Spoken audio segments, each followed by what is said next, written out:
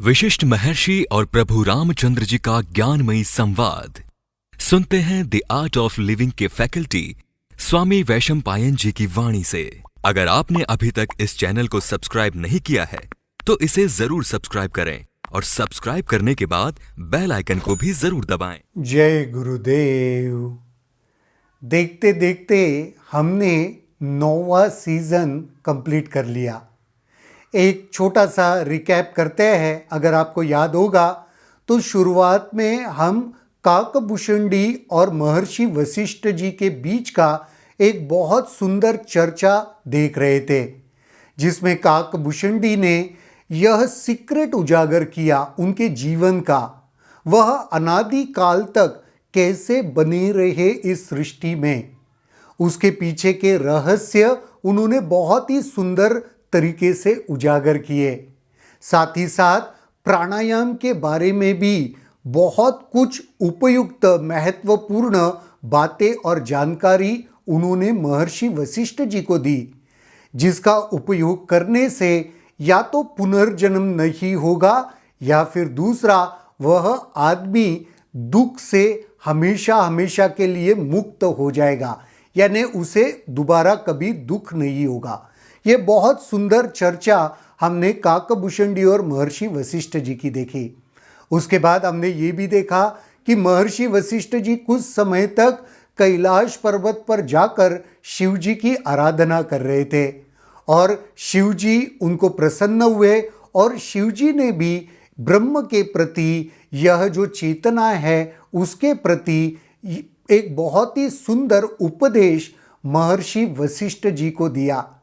उसके बाद हमने कुछ कहानियाँ, कुछ नीति कथाएं भी इस सीजन में देखी। एक नीति कथा काष्ठ के उस फल की थी। काष्ठ यानी लकड़ी का फल, जिसकी उपमा सही मायने में ना जो कभी पैदा हुआ था, ना उसे किसी ने पैदा हुए देखा, उसका आकार बहुत बड़ा था, उसके भीतर शुद्धता थी, तो वह ब्रह्म का प्रतीक। अगर आपको वो कहानी याद होगी तो एक काष्ठ फल की कहानी हमने इस सीजन में देखी। उसके बाद हमने एक शिला की, एक पत्थर की भी कहानी देखी, जिस पत्थर में काफ़ी सारे कमल की फूल थे, फिर उनकी जड़ें एक दूसरे में उलझी हुई थी और वो भी सारा जो वर्णन था वह भी ब्रह्म का ही वर्णन था और उसकी ही कल्पना वहाँ पे उस कथा में की गई थी, एक काष्ठ में, एक शिला में, एक पत्थर में।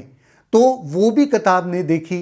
उसके बाद वह फिलॉसफी और चर्चा तो चल ही रही थी कि ब्रह्म क्या है, चेतन क्या है, चेतना क्या है, और यह पूरी सृष्टि वह चेतना के अलावा, ब्रह्म के अलावा और कुछ नहीं है।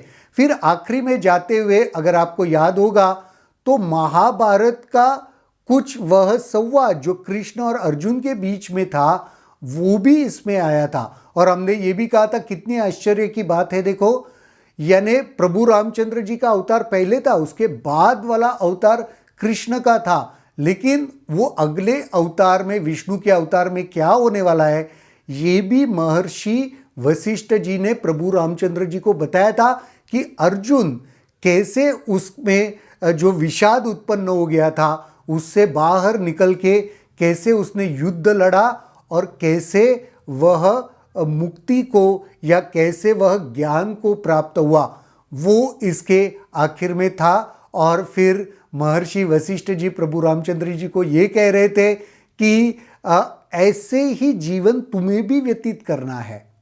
ये जो सारा ज्ञान है, ये जो सारी जागृति है, उसके साथ जीवन जीना ही सही मायने में उद्देश्य है। तो ये 9वां सीजन बहुत ही सुंदर, बहुत ही दिलचस्प और बहुत ही ज्ञान से और तत्व ज्ञान से परिपूर्ण था।